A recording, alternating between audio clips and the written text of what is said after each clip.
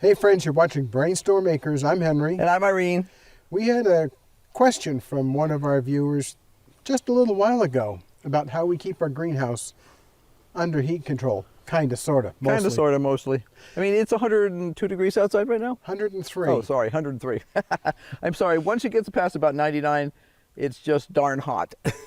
And it's hot for sure. It's been hot for several days. It's going to be hotter.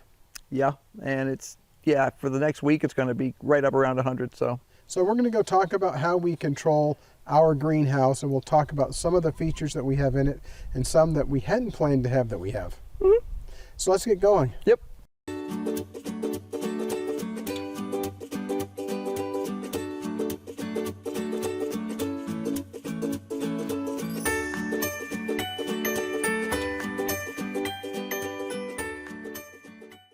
Come on, Jack. Come with us. It's cooler in the greenhouse than it is out here. Come on, Jack. Let's go. You cannot stay outside.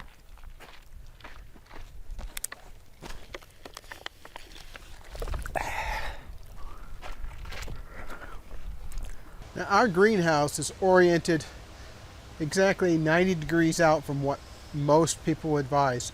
Ours runs north-south.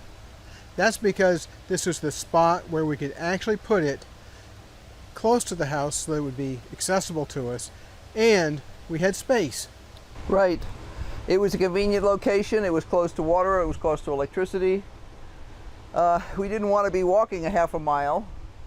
I mean, we could have put one down at the bottom of the orchard or something like that, but I pop out here at least 4 or 5 times a day, more like 6 or 8 at this time of year. And I hate to say, if you're not willing to put that kind of effort in our climate, it's not going to work. But you really do have to be paying attention. You can't just set it and leave. We had somebody that we knew locally who had a bunch of stuff in the greenhouse. He said, well, I need to water the tomatoes, but I'm going to do it when I get home. Well, he was just going to town, but town is at least an hour round trip. Round trip, yeah. And when he came back an hour later, the plants were all dead. Now, we designed and built this greenhouse ourselves. Well, mostly I did the frame, Right. and then Irene and I put the plastic over the top of it. This is a greenhouse film. It's said to last for 4 years. So far, it looks like it's going to do pretty well. This is our 3rd season. The greenhouse is made with top rail from chain link fence.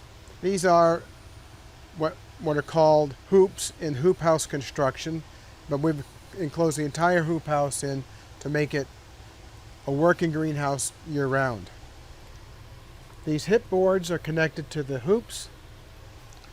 What you see running here is electric that we've run along this wall so that we can run things like the fans, the aquaponics, hydroponics, all that sort of thing. These are all wet environment receptacles that close up. When I was really young, I spent some time working for Mr. Jones in his greenhouse. I'm talking about really young, probably in grade school. That was a glass greenhouse, single pane glass, in Maine, and it worked year-round. When we built this, we fastened the walls down. In theory, we could roll them up. But one of the problems we have here is because of the rodents that we have, rabbits, rats, other things like that, squirrels, we need to have some kind of mesh that they can't get through. That's a really difficult thing to do here as a retrofit. When we reskin this greenhouse, I may do that, I'm not sure. What we did is we borrowed a page from CV at CV's Greenhouse and Garden. Now, I had worked with Mr. Jones, and he had a bunch of really old insulation that he used in the greenhouse in the wintertime. I hadn't thought about that in many, many years until I saw CB using some insulation. I bought this insulation board last year to try to help keep our greenhouse warm in this wintertime. Well, it's also working in the summertime to keep some of the heat out. This greenhouse is 8'6" at the center. It's 12 feet wide, it's 40 feet long. So it's about 480 square feet of greenhouse, but the volume is also an important issue. In order to keep this greenhouse cool, we're using an evaporative cooler. We've talked about that before. That's why I had to get on the stick and get the plumbing up here for water. It was going to be hot. We knew it was going to be hot. But the good thing about this part of Arizona, very, very low humidity. That means that the swamp cooler, evaporative cooler, will work just fine. I run that swamp cooler on either number 1 or number 2 settings. So that's the amount of air that's going to be pulled through that evaporative cooler. The objective here is to have all of the air that's coming in from outside come in through that cooler, all of it. So it's important that the greenhouse be closed up as much as possible so you don't have leaks. What we have in the other end of the greenhouse is an exhaust fan. We put this in this year to move air out of the top of the greenhouse. What I'm doing now is we're running the evaporative cooler and that exhaust fan so that they're about in equilibrium, meaning the amount of air coming in from that evaporative cooler is about the same amount of air that's going out through that exhaust fan. What that means is we're not trying to push air out of the greenhouse, and we're not trying to pull air into the greenhouse from the exhaust fan. The exhaust fan has a thermostat on it. It comes on by itself first thing in the morning. It turns off at night. Now, our viewer said, gee, my fans are running an awful lot. Well, one of the problems with running a greenhouse like this in the high desert of northern Arizona is the fans are going to run early in the morning and they're going to run until after the sun goes down because of the heat. Just a smidge more complicated than what he's talking about. I have an Apple Watch. It tells me what the temperature is outside. Now before I leave the house, I actually checked the thermometer outside here because it shows me the weather station. The weather station is 8 miles north of town, which is in the edge of the national forest. It's not as hot there. It's not as hot there, and it's not as cold. So when I get in here, what I do is I check the temp. Well, before I come in, I check the temperature that this thermometer is providing, which goes to the house. So that is a Wi-Fi connection to an internal base station that gives the temperature actually in the greenhouse. We have other thermostats or thermometers.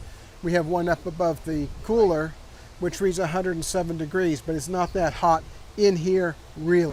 No, that one always reads high because, or low in the wintertime, because it's up against an uninsulated piece of plywood. So the sun is shining directly on that piece of plywood. But what I do is I look at the temperature that this thermometer over here is giving inside the house. I look at the temperature on my watch, and I look at the temperature on the wall. If it's cooler outside than it is in here by a lot, I will turn on that fan to push the cold air in right away. And I'm just running it as a fan. I'm not running it as a swamp cooler at that point. And that fan will also be running, exhausting as much of the hot air out of here as it can. Now, later in the day, sometimes after I've got this a little smidge cooled down while I'm doing the preliminary check in the morning, I will actually turn that off if I feel that it's going to be a cool enough day. You know, like if we're having a normal day, if it's going to only be 85, say. You don't need to turn on the evaporative cooler. I'm not going to need to turn on the evaporative cooler, and I will turn that fan off and just let that one pull until probably maybe I'll check the thermometer. I might, by about 8 o'clock, depending on how much sun we have, because some days are a little cloudy. If it's going to be brutally hot, I'm more likely to leave this on. I'm trying to get all the heat out of here, absolutely all the heat I possibly can before the heat of the day comes. There's a few mistakes I made in terms of building this greenhouse. One was above the 2 doors, that the south door is closed off for a wall for the evaporative cooler, but above that is a window opening. The same kind of opening is on the north side. The original intent was just to open those up with passive solar openers, which work just perfectly fine. The problem is Even though we have a southwest wind here pretty much all the time, when it's really hot out, we may not have the breeze and it gets too hot in here. Well, you know, if we had built this 17 years ago, it probably would have worked. It would have been fine. The problem is, over the past 17 years, the temperatures have gone up dramatically here. We first moved here full time. We would have about a week in the summertime when it would be up 95, 99 degrees, and it'd be pretty miserable for that 1 week. Right. And that would be it. The rest of the time it would always be cooler than that. It's now June, and we're already hitting over 100. It was 102 a little earlier today, so. So let's talk about what we're doing in addition to these active devices. That's the fan, that's the exhaust fan, and the evaporative cooler. We also have, in an earlier show, we showed you how we put our light diffusers up. These are row covers. They're row covers. They're Agribond row covers that I would normally actually use in the garden to provide frost protection. Now there's something else you can do. If we had sited this greenhouse 90 degrees to what we've done, what we could do is actually use black plastic or something else to completely block the light from the north side Right. of our greenhouse. Yeah. The second thing we could do is also block the light on the bottom part of the greenhouse so that you won't be having as much light come in from the south heating up the ground. Now that's as long as you don't have plants that are planted in the ground. Right. So you can just adjust the amount of shade that you put on the south wall according to the amount of plants you have in your greenhouse. One of the problems with using shade cloth is knowing something about your shade cloth. Yeah, you want to use green if you can get it, but you know what? If you're trying to block off the north side of an east-west oriented greenhouse, Use whatever you can find. use something black, Yeah. use something Yeah. brown. You want something that's going to be 100% light blocking. Right. Now, we know that this row cover is designed to transmit 70% light. The other end of the greenhouse still is not covered. We have some regular shade cloth that we had used down here. We're going to put some of that there. That'll help because basically we're just heating that end of the greenhouse. We don't need to do that. There's a limit to what you can do. The big professional greenhouses have water walls. Our water wall is an entire end of the greenhouse. So it's basically an evaporative cooler on steroids. Yeah. The entire wall of the greenhouse will be a water wall. A lot of them also have a lot more light reduction in Arizona. A lot more. They either have, a lot of the covers are not even transparent. They're actually white. And they're carefully designed to allow the proper types of light to get through to make your plants happy. Also, the professionals don't have a problem with adding light. They just roll it into their overhead.